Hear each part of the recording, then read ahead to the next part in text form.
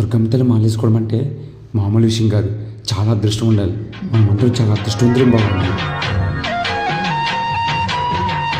చెప్పు భవాని. మీ తమ్ముడు భవానికి యాక్సిడెంట్ అయింది, సుమారుగా 10 లక్షల దాకా కూర్చోవుతా అంటున్నారు.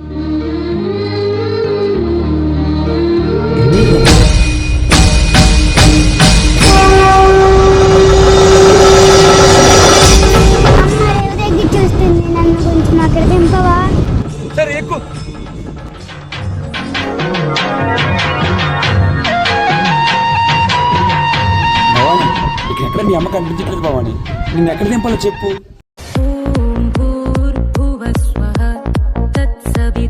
ఎక్కడికి పోయి భవాని? నా వెనకాల కూర్చున్నాడు.